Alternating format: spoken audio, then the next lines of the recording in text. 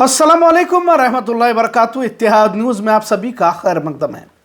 बेलगाम शहर फिलहाल मुल्की सतह पर चर्चा का मौजू है। 1924 में हुए इजलास के 100 साल जिसकी सदारत महात्मा गांधी ने की थी, लिहाजा इन्हीं 100 साल के बहाने कांग्रेस ने गांधी भारत के 100 साल का इजलास बेलगाम में रखकर एक तरह से कांग्रेस पार्टी को मजबूती बख्शने का काम ही किया है। आज का मौजू भी इसी गांधी भारत इजलास के पस मंजर में ही कुछ अलग है, कह सकते हैं। बेलगाम शहर को इतनी तारीखी अहमियत सिर्फ इस इजलास से ही हासिल हुई है जिसमें महात्मा गांधी मौजूद थे, लेकिन इसमें कई मुस्लिम कायद भी मौजूद थे। आपको शायद अजीब लगे कि मुस्लिम लीडरों का यहाँ जिक्र करना क्यों जरूरी है। जिक्र इसलिए जरूरी हो जाता है क्योंकि आज़ादी के बाद से या आज़ादी के पहले जंग आज़ादी की तहरीक में मुसलमान ही पेश रहे। महात्मा गांधी खुद भी मुसलमानों के बेहद करीबी थे। भारत का बंटवारा खुद गांधी भी नहीं चाहते थे।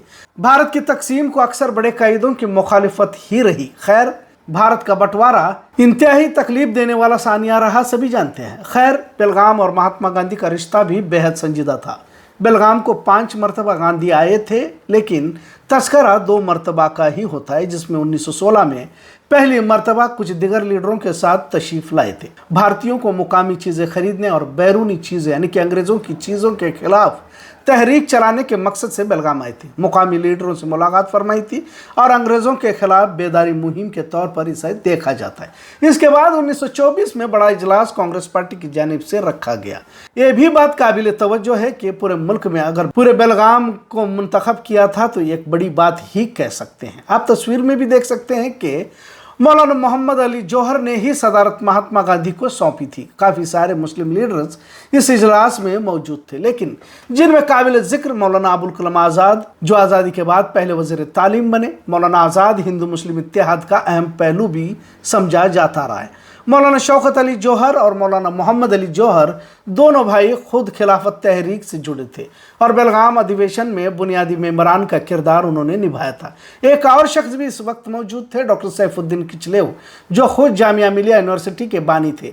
और आज इन तमाम का जिक्र इसलिए करना पड़ रहा है क्योंकि पूरे बेलगाम शहर को करोड़ों रुपए खर्च करके सजाया तो गया है, लेकिन एक मुस्लिम कायद की याद इन्हें नहीं आई। आखिर क्या बात है कि इन 100 सालों में मुसलमानों को लेकर इस तरह नजरिया बदलता कैसे चला गया। सियासत में मुसलमानों इस पस्ती का इसे एक नमूना तो नहीं कहा जाए तो गलत ना होगा। हमने कई सियासी लीडरान को टीपू सुल्तान के बारे में भी पूछा। सभी एक आवाज़ में तो कहते हैं कि टीपू पहले मुजाहिद आज़ादी थे और इनकी तस्वीर को लगाना भी चाहिए, लेकिन हकीकत में देखा जाए तो शहर के तकरीबन चौरस्तों को रोशनाई से आरास्ता किया गया, लेकिन मुस्लिम क़यादत जो इस मुल्क की जंग आज़ादी में पेश रही जानबूझकर नज़रअंदाज किया गया। टीपू सुल्तान को लेकर एतराज़ क्यों है, ये भी अजीब मामला है।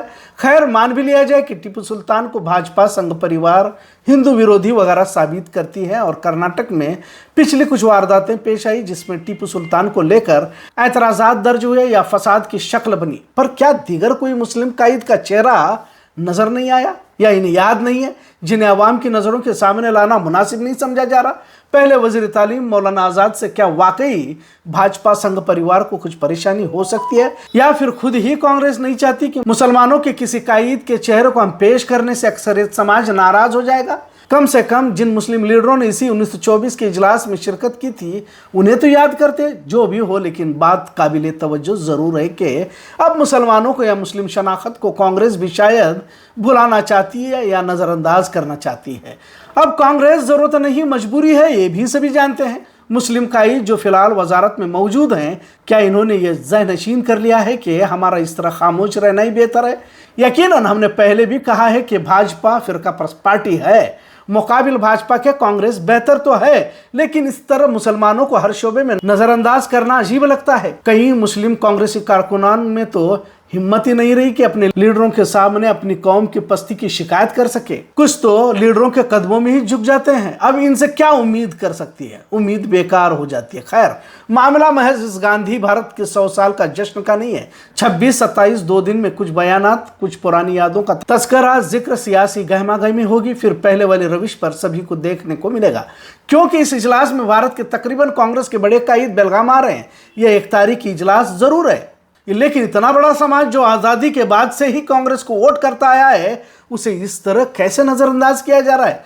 मोदी हुकूमत आई, इसके बाद मुल्क में हिंदुत्व का असर देखने को मिला। वैसे तो हालात पहले से बनाए गए थे वगैरह, सब कुछ जो देखना था वो भी देखा, जो नहीं देखना था वो भी देखा गया, लेकिन मुसलमानों ने हमेशा कांग्रेस ही को वोट किया, ये भी उतना ही सच है। कांग्रेस पार्टी की बदलती मानसिकता क्या मुसलमानों के लिए फायदेमंद होगी? आने वाले दिनों में फायदेमंद होगी या नहीं, इसका तो आने वाला वक्त ही बता देगा। भारत की सियासत के कई पहलू हैं, जिसमें से एक ये भी कि मुसलमान अगर पूरी तरह से वोट देंगे तो ही कांग्रेस जीत सकती है, ऐसा नहीं है। जो लोग मुल्क में सांप्रदायिकता को बढ़ावा नहीं देना चाहते, नफरत की सियासत से कुछ लोग उग भी चुके हैं, तो अक्सरियत समाज का वो हिस्सा जो भाजपा की नफरती सोच को पसंद नहीं करता, शायद इन्हें अपनी तरफ माइल करने की कोशिश हो सकती है, ऐसा हम कयास भी लगा सकते हैं। लेकिन ये क्या हुआ कि दिगर अक्सरियत समाज को खुश करने के लिए मुसलमानों को ही आप सरे से ही नजरअंदाज करेंगे और तमाम मुस्लिम क़यादत खामोश, मजबूर और बेबस होकर देखती रहे। बेलगाम शहर के अहम चौरस्तों पर Kittur Rani Channamma, Sangolli Rayanna, doctor CV Raman, doctor APJ Kalam, Shivaji Maharaj, Mahatma Gandhi और बाबा साहब अम्बेडकर की तस्वीरों को और साथ में रोशनाई से आरास्ता देवी देवताओं की भी तस्वीरें देखी जा रही है। राष्ट्र पुरुषों की तस्वीरें मुल्क की शानदार तारीख को बयान करती है और जरूरी भी है, लेकिन एक समाज को आखिर किसी इंतहा की पस्ती में धकेला जा रहा है, इसका भी एहसास भले सियासी लीडरों को या उस पार्टी में ईमानदारी से खिदमत अंजाम देने वालों को न हो, लेकिन आम आवाम इस बदलती तस्वीर को समझ रही है।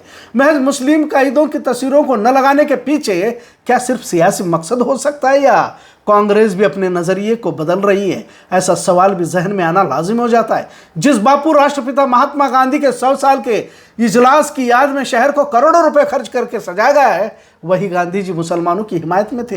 हजरत इमाम हुसैन रज़ियल्लाहु अन्हु को लेकर उन्होंने कहा था कि भारत को कामयाब मुल्क बनाने के लिए नक्श हुसैन पर चलना होगा। मेरे पास हुसैन के 72 सिपाहियों जैसी फौज होती तो मैं भारत को 24 घंटे में आज़ाद करा लेता। जिस तरह महात्मा गांधी ने हुसैन रज़ियल्लाहु अन्हु का जिक्र बेबाकी के साथ किया था, क्या आज के कांग्रेस कर पाएंगे?